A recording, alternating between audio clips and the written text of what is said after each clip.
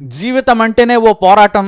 కుటుంబం కోసం ప్రతి నాన్న జీవిత పోరాటం చేస్తాడు. కష్టాలొచ్చినా దేవుడి పరీక్ష పెట్టినా సరే విధిని ఎదిరించి మరీ పోరాడుతూ ఉంటాడు నాన్న. తాజాగా గుండెలు పిండేసే ఓ కథను శ్రీపాల్ గాంధీ అనే వ్యక్తి ఫేస్బుక్ లో పోస్ట్ చేశాడు. తాను విన్నా చూసిన ఓ జొమాటో డెలివరీ పర్సన్ కథను రాసుకొచ్చాడు. ప్రతి డెలివరీ బాయ్ వెనుక ఓ కథ ఉంటుంది. అది వ్యక్తిగతమైన కుటుంబమైనా సరే అది జీవన పోరాటమే. కొద్ది రోజుల క్రితం పూణేలో శ్రీపాల్ గాంధీ అనే కస్టమర్ జొమాటో యాప్ ఓపెన్ చేశాడు. అందులో సాయంత్రం వేళ paneer tikka, sandwich, oat rice బిస్కెట్లను ఆర్డర్ చేశాడు. సరిగ్గా 20 నిమిషాల తర్వాత ఓ జొమాటో రైడర్ ఆర్డర్ తీసుకుని వచ్చాడు. శ్రీపాల్ కు కాల్ చేసిన రైడర్ డెలివరీ అన్నాడు. శ్రీపాల్ వెంటనే వచ్చి తీసుకున్నాడు. కానీ ఆ ఆర్డర్ లో పన్నీర్ టిక్కా, శాండ్విచ్ మాత్రమే ఉన్నాయి. మిగతావి డెలివరీ కాలేదు. దీంతో శ్రీపాల్ షాక్ అయ్యాడు. ఇదేంటి, మిగతా ఐటమ్స్ డెలివరీ కాలేదు? ఆర్డర్ చూడమని చూపించాడు. అందులో ఉన్న చిప్స్, ఓట్ బిస్కెట్స్ డెలివరీ కాలేదు. దీంతో ఆ డెలివరీ బాయ్ కాస్త కంగారు పడ్డాడు. నర్వస్ గా కూడా ఫీల్ అయ్యాడు. తానేదో తప్పు చేసినట్లుగా కస్టమర్ చూస్తున్నాడని అనుకున్నాడు ఆయన. సార్, నాకేమీ తెలియదు. ఆర్డర్ ఇస్తే తీసుకురావడమే మా పని. మీరు కూడా చూశారు కదా, ప్యాక్ కు సీల్ వేసి ఉందన్నారు ఆయన. మీరు రెస్టారెంట్ కానీ జొమాటో కాల్ సెంటర్ కానీ కాల్ చేయమన్నారు. వెంటనే జొమాటో కస్టమర్ కాల్ సెంటర్ కు కంప్లైంట్ చేశాడు శ్రీపాల్. ఆ తర్వాత రెస్టారెంట్ నుంచి కాల్ వచ్చింది. హలో సార్, సారీ, మాదే మిస్టేక్ అంటూ క్షమాపణ చెప్పాడు రెస్టారెంట్ యజమాని. అంతేకాదు, కాసేపట్లో డెలివరీ అవుతుందని కూడా చెప్పారు. అది తెలుసుకుని ఆ జొమాటో రైడర్ మళ్లీ రెస్టారెంట్ కి వెళ్లి మిస్ అయిన ఐటెం ప్యాక్ ని తీసుకుని వచ్చాడు. శ్రీపాల్ అందుకు థ్యాంక్స్ చెబుతూ ఓ 20 రూపాయల టిప్ ను కూడా ఇవ్వబోయాడు. వద్దు సార్, తప్పు చేసింది రెస్టారెంట్. నేను చేయాల్సిన డ్యూటీ నేను చేశాను. ఇది నా బాధ్యత.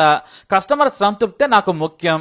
నేను ఉన్న దాంట్లో చాలా సంతోషంగా ఉన్నాను. నాకు ఆ దేవుడు కావలసినంత ఇచ్చాడు. నేను సంతోషంగా ఉన్నాను సార్ అని అన్నాడు ఆ రైడర్. కానీ జొమాటో డెలివరీ పర్సన్ కళ్ళల్లో ఏదో గిల్టీ చూశాడు శ్రీపాల్. 20 రూపాయల టిప్ తీసుకోకపోవడంతో అతని నిజ జీవితం ఇది కాకపోవచ్చు అనుకున్నాడు. పైగా అతనికి ఎడమ చేయి, ఎడమ కాలు కాస్త తేడాగా ఉన్నాయి. వైకల్యం ఉన్న కష్టతరమైన జొమాటో డెలివరీ బాయ్ గా పనిచేయడం చూసి శ్రీపాల్ స్ఫూర్తి పొందాడు. ఆ వ్యక్తి జీవితం ఎంత కష్టమైతే ఈ పని చేస్తాడని ఊహించాడు. ఆత్మాభిమానం అడ్డొస్తుందేమోనని అతని జీవితం గురించి అడిగాడు శ్రీపాల్. అప్పుడు ఆ జొమాటో రైడర్ తన జీవితం గురించి చెప్పాడు. సార్, నేను ఇంజనీరింగ్ చదివాను. ఎంతో కష్టపడి షాంపోజీ, పల్లోజీ సంస్థల్లో మేనేజర్ గా పనిచేశాను. ఎన్నో పెద్ద ప్రాజెక్టులను హ్యాండిల్ చేశాను. నెలకు 1,25,000 రూపాయల జీతం. ఒక కారు కూడా కంపెనీయే ఇచ్చింది. జీవితం హాయిగా సాగుతోంది. కానీ అదే కంపెనీ ఇచ్చిన కారు నా జీవితాన్ని మార్చేసింది. కారు ప్రమాదంలో తీవ్రంగా గాయపడ్డాను. 2 రోజుల వరకు కోమాలో ఉన్నాను. నేను లేచి చూసేసరికి నా ఎడమ కాలు, ఎడమ చెయ్యి సరిగా పనిచేయడం లేదు. మాట కూడా రాలేదు. మెల్లిగా డాక్టర్ల ట్రీట్మెంట్ తో, ఫిజియోథెరపీతో మామూలు మనిషిని అయ్యాను. నా చెయ్యి పూర్తిగా పనిచేయదు. కాలు కూడా అంతే. ఇక వేగంగా పరిగెత్తలేను, బరువులు మోయలేను. నా ట్రీట్మెంట్ కు ఎంతో ఖర్చయింది. పొదుపు చేసుకున్న డబ్బంతా ఖర్చయిపోయింది. అలా అని అప్పులేమీ లేవు. కాకపోతే నా కూతురంటే నాకు ప్రాణం సార్. ఇప్పుడు డాక్టర్ కాబోతోంది. డెంటల్లో మాస్టర్ చదువుతోంది. నా బిడ్డ కలను నేనే సాకారం చెయ్యాలి. 1 ఏడాది కష్టపడితే చాలు, నా బిడ్డ డాక్టర్ అవుతోంది. నేను ఎక్కువ సంపాదించాలంటే జొమాటో డెలివరీ బాయ్ కరెక్ట్ అనుకున్నాను. ఎందుకంటే కాలేజీ పిల్లలు నెలకు 40 నుంచి 50,000 సంపాదిస్తున్నారని విన్నాను. నేను కూడా ఏదో ఒక పని చెయ్యాలి. నా కుటుంబాన్ని పోషించాలి. కాబట్టి ఇలా మారాను. నాకు జొమాటో అవకాశం కల్పించింది. నేను ఈ పనిని చిన్న చూపుగా చూడటం లేదు. కంపెనీకి న్యాయం చేస్తాను, చేయాలి కూడా. కంపెనీకి చెడ్డ పేరు నేను తీసుకురాను. నన్ను నేను తక్కువ చేసుకోనని చెప్పాడు. ఎందుకంటే జొమాటో యాజమాన్యం నాకు పాక్షిక వైకల్యం ఉందంటే నాకు ఈ జాబ్ వద్దన్నారు. నీ ప్రాణానికే ప్రమాదం. మళ్ళీ యాక్సిడెంట్ జరిగితే కుటుంబం రోడ్డున పడుతుంది. ఏదైనా కూర్చొనే పని చేసుకోమన్నారు. కానీ నేను జాగ్రత్తగా బండి నడుపుతాను. కస్టమర్లను దేవుళ్లా చూస్తాను సార్.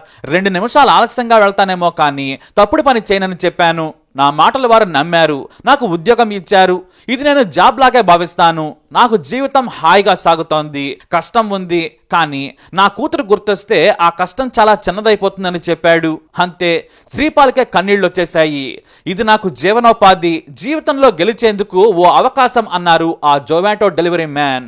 ఆ కస్టమర్ పేరును శ్రీపాల్ రివీల్ చేయలేదు. కానీ ఆయన చేరవేసిన ప్రతి డెలివరీ వెనుక అతని కష్టం ఉంది. అతని కూతురు భవిష్యత్తు ఉంది. ఇతనొక్కడే కాదు, ఎంతమంది పెద్దవాళ్లు కూడా డెలివరీ బాయ్స్ గా మారుతున్నారు. వారందరిది జీవన పోరాటమే. ఓ ఒక్కో వ్యక్తి కథ ఒక్కోలా ఉంటుంది. తండ్రిగా కూతురును గెలిపించేందుకు ఆ వ్యక్తి జీవన పోరాటం చేస్తున్నాడు. కుటుంబాన్ని ముందుకు తీసుకెళ్లడమే కాదు, తన కూతురుగా పుట్టినందుకు మంచి జీవితం ఇవ్వాల్సిన బాధ్యత అతని మీద ఉంది. అతని మీదే కాదు, ప్రతి తండ్రి మీద ఉంటుంది. అందుకే అతను పాక్షికంగా వికలాంగుడైనా కూడా పనిచ్చిన కంపెనీ పేరు చెడగొట్టనంటున్నాడు. మేము ఆధారపడ్డ కస్టమర్ ను మోసం చేయమని అతని మాటలు ఎంతో స్ఫూర్తినిచ్చాయి. అతని నిజాయితీకి సెల్యూట్ చేస్తూ శ్రీపాల్ ఈ కథను ఫేస్బుక్ లో రాసుకొచ్చారు. అతని అనుమతితో ఫోటో కూడా తీసుకుని పోస్ట్ చేశారు శ్రీపాల్. నిజమే కదా, నాన్నంటే హీరో అంతే. ప్రతి బాధ్యత గల తండ్రి ఫ్యామిలీ కోసం జీవితాన్ని త్యాగం చేస్తాడు. అందుకే పిల్లలు నాన్న కష్టం చూడండి, మీరు కష్టపడి చదువుకోండి, మీ లక్ష్యాలను మీరు చేరుకుంటే చాలు, అదే తండ్రికి సంతోషం.